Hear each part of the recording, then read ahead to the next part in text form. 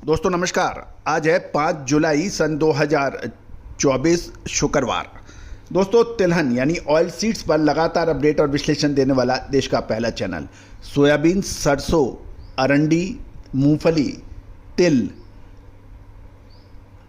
सूरजमुखी, पाम तेल पर लगातार अपडेट और विश्लेषण आपको हमारे चैनल पे मिलते हैं। दोस्तों हम वर्तमान ही नहीं भविष्य का भी करते हैं सटीक आकलन। आपको याद होगा पिछले सप्ताह हमने आपको सरसों में तेजी का अग्रिम अनुमान दिया था, अक्षत सत्य साबित होता देखा गया। इसके अतिरिक्त साल 2023 अक्टूबर महीने में global buyer sellers meet Mumbai में नवंबर 2023 में अग्रिम अनुमान सोयाबीन, सरसों और खाद्य तेलों में तेजी का अग्रिम अनुमान भी हमारा सत्य साबित हुआ था। इसके अतिरिक्त साल 2024 फरवरी में हमने आपको ऑयल सीड्स यानी तिलहन में और ऑयल ईडेबल ऑयल यानी खाद्य तेलों में अग्रिम अनुमान दिया था कि मार्च महीने में तेजी हो सकती है। दोस्तों वैसा ही देखने को मिला साल 2024 में भी। दोस्तों तेजी आने के बाद तेजी और मंदी आने के बाद मंदी कहने से कभी कोई फ़ायदा नहीं मिलता है। सार्वजनिक कॉन्फ्रेंसेस के अंदर, पब्लिक मीटिंग्स के अंदर सभी एक्सपोर्टर्स, मिलर्स, व्यापारियों के सामने प्रत्यक्ष रूप से हमने इसकी घोषणा की थी कि ऐसा हमें संभावित नज़र आ रहा है। तो दोस्तों खबर ये भी निकल के आ रही है कि अब सोयाबीन के बिजाई के आंकड़े जैसे सामने आ रहे हैं, उसको देखते हुए सोयाबीन का उत्पादन इस साल कम होने का संभावना बन गई है। जानिए पूरी रिपोर्ट विस्तार से। दोस्तों आपसे एक विनम्र अनुरोध, यदि आप हमारे चैनल पर नए हैं और अभी तक सब्सक्राइब नहीं किया है तो सब्सक्राइब करना ना भूलें यदि शो पसंद आए तो। दूसरा महत्वपूर्ण अपडेट यह है कि खाद्य तेल, मसाले, अनाज, कपास, दालें, इन सभी का अग्रिम विश्लेषण आपको एक सब्सक्रिप्शन में उपलब्ध हो सकता है। आज ही संपर्क करें। पेड रिसर्च के लिए सहयोग राशि अदा करने पर उपलब्ध होगा। साप्ताहिक अखबार, वीकली न्यूज़लेटर पूरे साल का मात्र 3,000 रुपये वार्षिक शुल्क पर उपलब्ध होगा। इस वीकली के अंदर हम आपको जुलाई महीने का कपास में क्या होने की संभावना है उसके ऊपर विस्तृत चर्चा करेंगे। आज ही संपर्क करें। दोस्तों खबर निकल के आ रही है कि सोयाबीन के 3 प्रमुख राज्य माने जाते हैं, महाराष्ट्र, मध्य प्रदेश और राजस्थान। और महाराष्ट्र और मध्य प्रदेश में बिजाई जोरों शोरों से हो रही है, लेकिन पिछले साल की अवधि के अंदर के मुकाबले देखा जाए तो लगभग 22% बिजाई पिछड़ गई है। और इसका प्रमुख कारण ये बताया जा रहा है कि एक तो पूरे साल सोयाबीन के दाम अच्छे नहीं मिले, दूसरे डीओसी के भाव भी काफ़ी कमज़ोर रहे। इन सब को परिस्थितियों को देखते हुए किसानों का मुंह धीरे धीरे भंग हो रहा है। यदि हम मध्य प्रदेश की तरफ चलें तो नीमच, मंदसौर, दाहोद, धार, रतलाम, कटनी, मंदसौर और शिवपुरी इलाकों के साथ साथ यदि राजस्थान में कोटा और महाराष्ट्र के अकोला, जलगांव, परभणी, लातूर और नांदेड़ आदि इलाकों में किसान सोयाबीन की बिजाई कर रहे हैं। पिछले साल के मुकाबले सोयाबीन ने किसानों के साथ साथ कारोबारियों को भी कोई विशेष फ़ायदा नहीं हुआ है सोयाबीन की ट्रेडिंग या फसल उगाने से। अतः किसान इस बार मक्का को ज़्यादा तरजीह दे रहे हैं, मक्के की बिजाई पे अधिक ध्यान दे रहे हैं।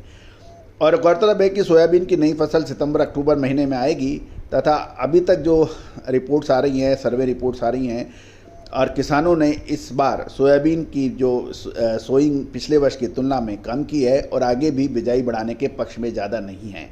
मक्के की बिजाई अधिक हो रही है। और यदि हम मंडियों के अंदर देखें मौजूदा समय में तो भाव सोयाबीन का जो चल रहा है, कल 4 जुलाई को मध्य प्रदेश में मंडी के भाव 4300 से 4500 और प्लांट के भाव सोयाबीन के 4500-4600 रुपये थे। महाराष्ट्र के अंदर 4300 से 4550 मंडियों में भाव थे और प्लांट के भाव 4575 से 4650 थे। राजस्थान में मंडियों के भाव 4350 से 4500 और प्लांट के भाव 4525 से 4575 रुपये बताए जा रहे हैं। यदि हम कल 4 जुलाई की आवक भी देख लें तो लगभग 2,90,000 बोरी की आवक थी। और महाराष्ट्र सबसे पहले मध्य प्रदेश में 1,40,000, महाराष्ट्र में 1,10,000, राजस्थान में लगभग 20,000 और बाकी दूसरे राज्यों को मिलाएं तो 20,000 की बोरी की आवक थी। तो कुल आवक 2,90,000 थी। तो दोस्तों ये था एक अपडेट ये मंडियों के और प्लांट्स के भाव हमने आवक के साथ में आपको बात की। गौरतलब है कि पूरे वर्ष सोयाबीन की कीमतें में नहीं इजाफा होने से विदेशों से आने वाले सस्ते आयातित सोया तेल पर कस्टम ड्यूटी कम रहने और अधिक मात्रा में आयात होना, जिससे घरेलू बाजारों में सोया तेल रिफाइंड की कीमतें लंबे समय तक कमज़ोर देखी गई। दूसरी ओर डीओसी के भाव भी ऊपर में 44,000 प्रति टन की बिकी और उसके बाद घटकर ये 38,000 रुपये हो गई है। पिछले साल यदि हम सरकारी अनुमान की बात देखें तो सोयाबीन का उत्पादन 1,26,000 मैट्रिक टन का होने का अनुमान है, सरकारी अनुमान। इस बार जो बिजाई के आंकड़े हैं उसको देखते 110 से 115 लाख मैट्रिक टन से ज़्यादा उत्पादन होने की संभावना कम नज़र आ रही है। तो दोस्तों ये था एक मोटे तौर पे न्यूज़ खबर। अब विश्लेषण क्या कहता है दोस्तों, जब कोई भी आइटम, कोई भी कमोडिटी या कोई भी वस्तु एक सीमा से ज़्यादा परेशान हो जाती है तो उसके बाद किसान और व्यापारी उससे ध्यान हटाने लगते हैं, वो कोई सब्स्टिट्यूट उसका देखने लगते हैं और यही हाल सोयाबीन का हो रहा है। सोयाबीन में ना किसान खुश हैं ना व्यापारी खुश हैं और जहाँ तक उपभोक्ताओं को सवाल की बात है वो ब्रांडेड कंपनियों के दाम बिल्कुल भी बहुत अधिक कम नहीं हुए हैं, जबकि भाव काफ़ी नीचे हैं। अब परेशानी ये है कि एमएसपी यानी मैक्सिमम रिटेल प्राइस, माफ़ कीजिएगा, एमएसपी मिनिमम सपोर्ट प्राइस और मैक्सिमम रिटेल प्राइस यानी एमआरपी और एमएसपी के बीच में जो आपस में कॉम्बिनेशन नहीं है,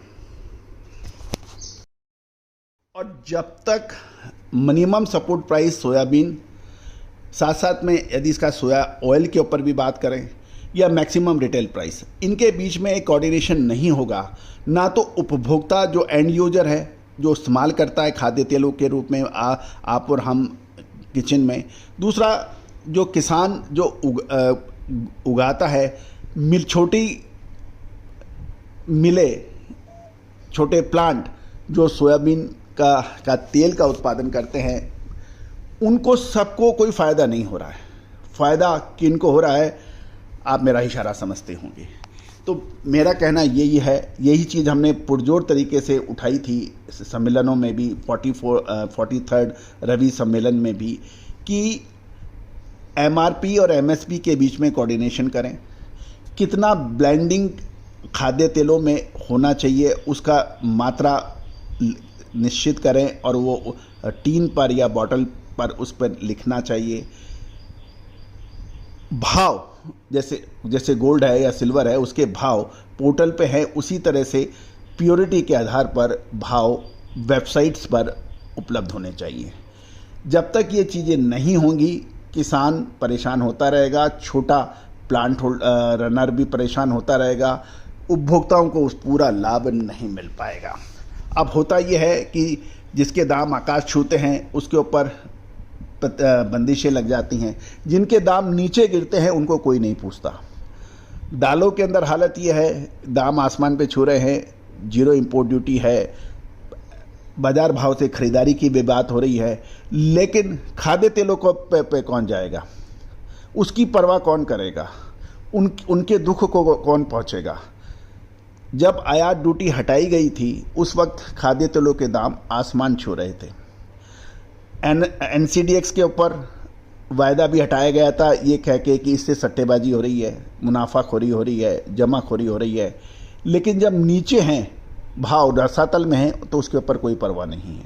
तो हमारा यही कहना है कि यही आपसे बात करने का मकसद है कि हर चीज़ की एक सीमा निर्धारित की जाए। इस सीमा से ऊपर जाने के ऊपर ये कार्य होना चाहिए, इस सीमा से नीचे जाए तो भी कार्य होना चाहिए, तभी हमारी जो कृषि का जो योगदान है GDP के अंदर वो बढ़ पाएगा, अन्यथा धीरे धीरे नीचे होता चला जाएगा। तो दोस्तों आपका क्या नज़रिया है, आपका क्या कहना है, अपने कमेंट बॉक्स में अवश्य दीजिए। दोस्तों ये चैनल 1,55,000 से ज़्यादा रजिस्टर्ड यूजर वाला चैनल है, 1,26 लाख से अधिक व्यू इसमें हैं। ये सब आप ही की वजह से है, आपके जो कमेंट्स हैं पूरा देश देखता है, पूरा देश सुनता है।